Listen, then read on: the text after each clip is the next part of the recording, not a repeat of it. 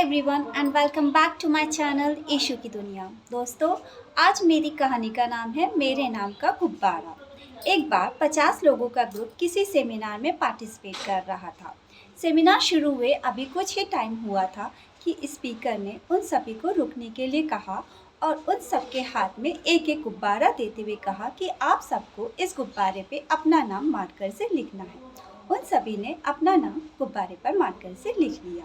उसके बाद स्पीकर ने कहा कि आप अब इन सब गुब्बारों को एक दूसरे कमरे में रख दीजिए और आप लोगों को एक साथ उस कमरे में जाना है और अपने नाम का गुब्बारा ढूंढ के लाना है। वे सब लोग उस कमरे में घुसे और वहाँ पर बहुत अफरा तफरी मच गई।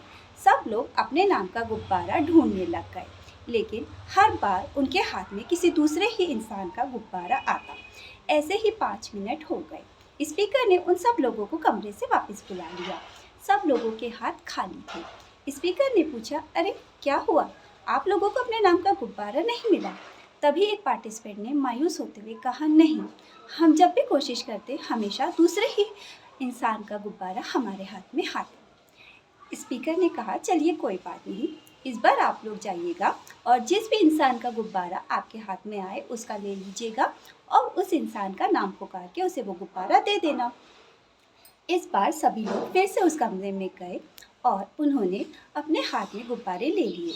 जिस भी इंसान का गुब्बारा उनके हाथ में आता वे उसका नाम पुकारते और सभी ने एक दूसरे को गुब्बारे दे दिए। इस बार उस कमरे में ना कोई अफरा तफरी थी, ना कोई शोर शराबा। ये काम पूरे 3 मिनट के अंदर ही हो गया और वह लोग खुशी खुशी कमरे से बाहर आ गए। तब स्पीकर ने उन लोगों को समझाया कि मैं आप लोगों को यही समझाना चाहता था, हम लोग सिर्फ अपने बारे में ही सोचते रहते हैं, हम लोग सिर्फ अपनी ही खुशियाँ ढूंढते रहते हैं, जबकि हमारी खुशियाँ दूसरों की मदद करने में हैं। जब हमने दूसरों के गुब्बारे ढूंढे तो वो काम जल्दी हो गया। इसी तरह अगर हम दूसरों की खुशियाँ ढूंढेंगे तो हमें हमारी खुशियाँ मिल ही जाएंगी। अगर आपको मेरी कहानी अच्छी लगी हो तो मेरे चैनल को लाइक कीजिए, शेयर कीजिए और सब्सक्राइब कीजिए। Thank you.